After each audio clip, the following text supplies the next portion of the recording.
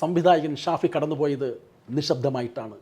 അത് വാർത്താ വെടിക്കെട്ടുകളോടുകൂടിയോ 24/7 എന്ന മട്ടിലോ ആയിരുന്നില്ല. ഷാഫിയുടെ ഫിലിമോഗ്രാഫി നമ്മളോട് ഇതാ കുറച്ച് യാഥാർത്ഥ്യങ്ങൾ പറയുന്നു. മറ്റുള്ളവരെ ചിരിപ്പിക്കുകയും അതിലൂടെ സ്വയം ചിരിക്കുകയും ചെയ്ത ചലച്ചിത്ര സംവിധായകൻ ഷാഫി അതെല്ലാം ഉപേക്ഷിച്ച് നിശബ്ദമായൊരു ലോകത്തിലേക്ക് ചെന്നു ചേർന്നിരിക്കുന്നു. ആന്തരിക രക്തസ്രാവത്തെ തുടർന്ന് ചികിത്സയിൽ ഇരിക്കുകയായിരുന്നു അന്ത്യം. ഷാഫിയെ അടുത്തറിഞ്ഞവർ മാത്രമല്ല, നേരിട്ടറിയാത്ത പ്രേക്ഷകർ പോലും പെട്ടെന്നുണ്ടായ ആ വേർപാടിൽ വേദനിച്ചു.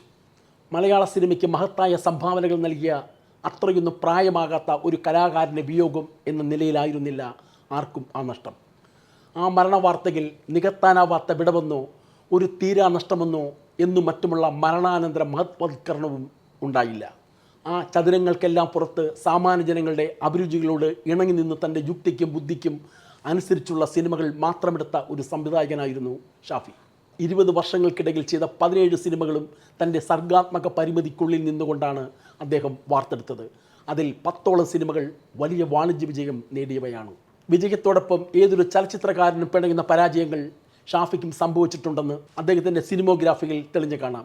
ഇടയ്ക്ക് പരാജയം സംഭവിക്കുമ്പോഴും വിജയത്തിനായി ട്രാക്ക് മാറാനും പക്ഷേ തയ്യാറായില്ല. പ്രണയവും കല്യാണവുമായിരുന്നു ഷാഫിയുടെ സ്ഥിരം ട്രാക്ക്. പ്രതിസന്ധികളെ തരണം ചെയ്ത് നായകനും നായികയും വിവാഹം കഴിക്കുകയും ആ വഴിക്ക് പ്രേക്ഷകരെ സന്തോഷിപ്പിക്കുകയും ആയിരുന്നു ഷാഫിയുടെ രീതി. ഹാസ്യം നിറഞ്ഞു തുളുമ്പുന്നതായിരുന്നു വിവാഹത്തിൽ എത്തിച്ചേരുന്ന കഥകളുടെ സഞ്ചാര വഴികൾ. എടുക്കുന്ന കല്യാണ സിനിമകളൊക്കെയും വലിയ വിജയങ്ങളായതോടെ സുഹൃത്തുക്കളായ സിനിമാക്കാർക്കിടയിൽ കല്യാണ ഷാഫി എന്നൊരു പേരും തനിക്ക് വീണതായി ഷാഫി പൊട്ടിച്ചിരിയോടെ പറയുന്നു കേട്ടിട്ടുണ്ട്.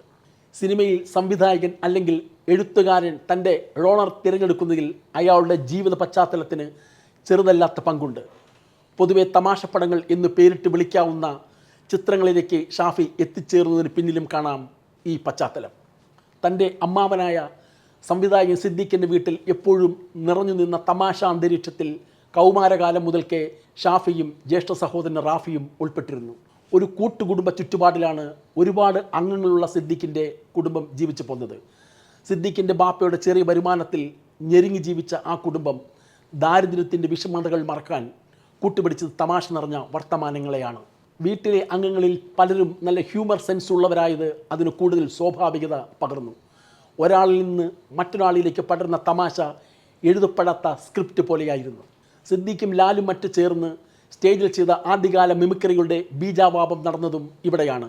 അവർ എന്തു പറഞ്ഞാലും അത് സ്റ്റേജിന് വേണ്ടിയായാലും സ്വന്തം കാര്യത്തിനു വേണ്ടിയായാലും അതിൽ ഒരു ഹ്യൂമർ ഉണ്ടാകുമായിരുന്നു. ഇങ്ങനെയൊരു അന്തരീക്ഷത്തിലാണ് റാഫിയും അനുജൻ ഷാഫിയും ഇടകലർന്നത്.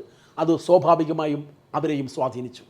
കടുത്ത ജീവിതാനുഭവങ്ങളെപ്പോലും തമാശ കൊണ്ട് നേരിട്ട സിദ്ദീഖ് അതിനെ സ്വാംശീകരിച്ചു കൊണ്ടുണ്ടാക്കിയ കഥകളുമായി ചെയ്ത സിനിമകൾ വൻ വിജയം നേടിയതും റാഫിയും ഷാഫിയും സിനിമയിൽ എത്തിയപ്പോഴും അവരെ ആ വഴി തിരഞ്ഞെടുക്കാൻ പ്രേരിപ്പിച്ചു. കുടുംബത്തിൻ്റെ തമാശ കളരിയിൽ നിന്ന് ഇരുവരും കൊണ്ടും കൊടുത്തും പരിശീലിച്ച ഹ്യൂമറുമായി ആ വഴി പോകാനുള്ള ആത്മവിശ്വാസവും കൈവന്നിരുന്നു. സഹോദരന്മാരിൽ സിനിമയിൽ ആദ്യമെത്തിയത് റാഫിയാണ്.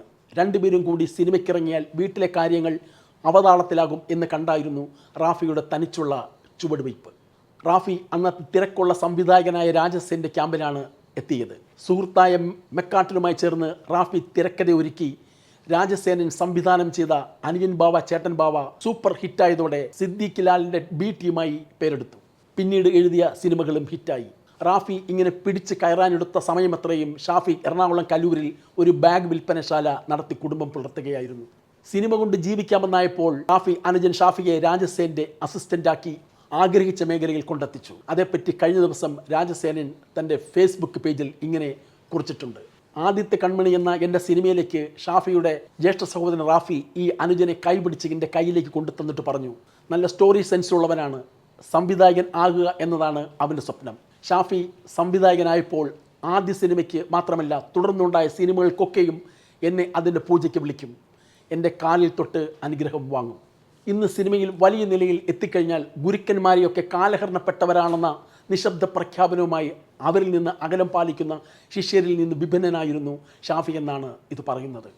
കല്യാണരാമൻ, പുലിവാൽ കല്യാണം, തൊമ്മന് മക്കളും, മായാവി, ചോക്ലേറ്റ് തുടങ്ങിയ തുടർ ഹിറ്റുകളിലൂടെ മലയാള വാണിജ്യ സിനിമയിൽ വെന്നിക്കുടി പാർക്കുമ്പോഴും ഷാഫി തൻ്റെ വിനയം കൈവിട്ടില്ല. വളരെ സാധാരണമായ ഒരു കുടുംബ പശ്ചാത്തലത്തിൽ നിന്ന് കഷ്ടപ്പാടുകളിലൂടെ കടന്നു വന്ന ഷാഫിക്ക് ആ ഭൂതകാലം ഏതു സമൃദ്ധിയിലും മായ്ക്കാനാവാത്തതായിരുന്നു. സിനിമയിലെ കഥാപശ്ചാത്തലവും കഥാപാത്രങ്ങളുടെ പേരും പോലും അതിസാധാരണമായതും അതുകൊണ്ടാവാം. തൊമ്മൻ, കണ്ണൻ സ്രാങ്ക്, പോഞ്ഞിക്കര, പ്യാരി, മണവാളൻ, ദശമൂലം ദാമു തുടങ്ങിയ പേരുകൾ നമുക്കിവിടെ ഓർമ്മിക്കാം. കേന്ദ്ര കഥാപാത്രമായ തൊമ്മന് തീരെ വിദ്യാഭ്യാസമില്ലെന്ന് കാണിക്കാൻ പോസ്റ്ററിൽ തെമ്മൻ എന്ന് തെറ്റിയാണ് അച്ചടിച്ചത് എന്നതും അന്ന് രസം പകരുന്ന കാര്യമായി. ആത്യന്തികമായി സിനിമ രസിപ്പിക്കാനുള്ളതാണെന്നായിരുന്നു ഷാഫിയുടെ വിശ്വാസം. കൂടുതൽ മനുഷ്യരും ഒരുപാട് പ്രശ്നങ്ങളിലൂടെ കടന്നു പോകുന്നവരാണ് എന്നതാണ് അതിന് കാരണമായി ഷാഫി പറഞ്ഞിട്ടുള്ളത്. രസത്തിലുള്ള വകയുണ്ടെന്ന് കണ്ടാൽ വിജയകഥകൾ തിരിച്ചു മറച്ചുമിട്ട് ആവർത്തിക്കാനും അത് തുറന്നു പറയാനും മടിയുണ്ടായിരുന്നില്ല. തൻ്റെ ഗുരുനാഥനായ രാജസേനൻ ചെയ്ത മേലെപ്പറമ്പിൽ ആൺവീടിൻ്റെ കഥ തന്നെയാണ് താൻ ചെയ്ത മേക്കപ്പ് മാൻ്റെയും എന്നായിരുന്നു ആ തുറന്നു പറച്ചിൽ. മേലെപ്പറമ്പിൽ ആൺവീട്ടിൽ തൻ്റെ ഭർത്താവിൻ്റെ വീട്ടിൽ വേലക്കാരിയായി ശോഭന കഴിയുമ്പോൾ മേക്കപ്പ് മാനിൽ ഭർത്താവ് ആ സത്യം മറച്ചു പിടിച്ചാണ് ഭാര്യയുടെ മേക്കപ്പ് മാനായി കഴിയുന്നത്. രണ്ടിലും നായകൻ ഒരാൾ തന്നെ, ജയറാം. 2015 പുറത്തിറങ്ങിയ 2 കൺട്രീസിന് ശേഷം ഷാഫ് ചെയ്ത ഷെർലക് ടോംസും ഒരു പഴയ ബോംബ് കഥയും ചിൽഡ്രൻസ് പാർക്കും ആനന്ദം പരമാനന്ദവും പരാജയങ്ങളായപ്പോൾ ഷാഫി കാലം മാറിയത് അറിഞ്ഞില്ല എന്ന് രഹസ്യമായും പരസ്യമായും വിമർശിക്കപ്പെട്ടിരുന്നു. സിദ്ദിഖ് എടുത്ത അവസാനകാല സിനിമകൾ പരാജയപ്പെട്ടപ്പോഴും കാലത്തെ മുൻനിർത്തിയുള്ള ഇതേ പഴി കേട്ടിരുന്നു. തമാശ സിനിമകൾ എടുത്തവർക്ക് മാത്രമല്ല, ഡയലോഗ് സിനിമകളുടെ വക്താക്കളായി ഉജ്ജ്വല വിജയം കൊയ്ത തിരക്കഥാകൃത്തുക്കളും സംവിധായകരും വമ്പൻ പരാജയങ്ങൾ ഏറ്റുവാങ്ങേണ്ടി വന്നിട്ടുണ്ട്. കാലത്തിന് ചേരാതായത് കൊണ്ടാണോ അത് സംഭവിച്ചത്? കാലവും സിനിമയും തമ്മിൽ അങ്ങനെയൊരു ബന്ധമുണ്ടോ? അങ്ങനെയെങ്കിൽ ചോദിക്കേണ്ട ചിലതുണ്ട്. ഇപ്പോൾ ഇറങ്ങുന്ന സിനിമകൾ ഒക്കെയും കാലത്തിന് ചേർന്നതാണോ? എങ്കിൽ എന്തുകൊണ്ടാണ് തൊട്ട് മുൻപുള്ള വർഷങ്ങളിൽ ഇറങ്ങിയ സിനിമകളിൽ 80% പൊളിഞ്ഞു വീണത്? 2024 കണക്കുകൾ പോലും വ്യത്യസ്തമായിരുന്നില്ല. കുറ്റകൃത്യം, ഗുണ്ടായിസം, പോലീസ്, വയലൻസ്, അന്വേഷണം, ഈ മിക്സിങ്ങിലാണ് ഇപ്പോഴത്തെ ഭൂരിപക്ഷം സിനിമകളും വരുന്നത്. എന്നിട്ട് കാലത്തെ കൂട്ടുപിടിച്ച് കൈകഴുകുന്നു. പത്മരാജൻ്റെ പല സിനിമകളും കാലത്തിന് മുൻപേ പറഞ്ഞതാണെന്ന് പറയപ്പെട്ടിരുന്നു. അതുകൊണ്ടാവാം ഈ കാലത്തും നാം അത് കണ്ടുകൊണ്ടേയിരിക്കുന്നത്. അപ്പോൾ കാലമല്ല പ്രശ്നം, പ്രതിഭയുമല്ല പ്രശ്നം. ആണെങ്കിൽ മലയാള സിനിമ കണ്ട ഏറ്റവും പ്രതിഭാധനനായ സംവിധായകൻ ഭരതൻ്റെ അവസാന നാളുകളിലെ സിനിമകൾ എന്തുകൊണ്ട് ഓടാതെ പോയി? പത്മരാജനെ സംബന്ധിച്ചും അത് സംഭവിച്ചു. എന്തിന്? മലയാള സിനിമയെ കയ്യിലിട്ട് അമ്മാനമാടിയ സംവിധായകനാണ് ഐ.വി. ശശി. അദ്ദേഹം 12 സിനിമകൾ ചെയ്ത വർഷമുണ്ട്. ഇതേ ഐ.വി. ശശി 9 വർഷം തുടർച്ചയായി പടമില്ലാതെ ഇരുന്നാണ് മരിക്കുന്നതെന്ന് ഓർക്കണം. ഈ യാഥാർത്ഥ്യങ്ങൾ പറയുന്നതെന്നാൽ സിനിമയ്ക്ക് ഒരു കാലത്തും ഒരു വിജയ ഫോർമുല ഉണ്ടായിട്ടില്ല എന്നതാണ്. ആരുടെയെങ്കിലും പക്കൽ അങ്ങനെയൊന്നുണ്ടെങ്കിൽ പരാജയങ്ങളിൽ പകച്ചു നിൽക്കുന്ന ബോളിവുഡിന് അത് നൽകൂ. കോടാനുകോടി രൂപയാകും പ്രതിഫലമായി കിട്ടുക. കാലവും കണക്കുകളും വിട്ട് ഷാഫിയിലേക്ക് മടങ്ങി വരാം. തൻ്റെ തട്ടകത്തിൽ നിന്നുകൊണ്ട് തൻ്റെതായ രീതിയിൽ മാത്രം സിനിമയെടുത്ത ഒരു സംവിധായകനാണ് ഷാഫി. എല്ലാവരും എല്ലാ കാലത്തും ചെയ്തതും ചെയ്തു പോരുന്നതും അതുതന്നെയല്ലേ? ഓരോരുത്തരും തൻ്റെ അറിവും സാഹചര്യവും ആഗ്രഹങ്ങളും രൂപപ്പെടുത്തിയ അഭിരുചികൾക്കും പ്രാപ്തിക്കും അനുസൃതമായ സിനിമകൾ എടുക്കുന്നു. ചിരിപ്പിക്കുന്ന സിനിമകളും കരയിക്കുന്ന സിനിമകളും ഒരു വികാരവും ജനിപ്പിക്കാത്ത സിനിമകളും ആയി അത് മാറുന്നു. ചിലപ്പോൾ ക്ലാസിക് സിനിമകളായും അത് തീരുന്നു. ചില മരണാനന്തര വാർത്തകൾക്ക് കനം കൂടുകയും ചിലതിന് കനം കുറയുകയും ചെയ്യുന്നത് മരിച്ചയാൾ ജീവിച്ചിരിക്കുമ്പോൾ സമൂഹത്തിന് നൽകി സംഭാവനകൾക്ക് അനുസൃതമായിട്ട് ആകുമല്ലോ. പക്ഷേ രംഗം സിനിമയാകുമ്പോൾ അളവുകോലുകൾക്ക് അപ്പുറം ചില വസ്തുതകളുണ്ട് എന്നാണ് ഇതിലൂടെയെല്ലാം ഇവിടെ പറയാൻ ശ്രമിക്കുന്നത്.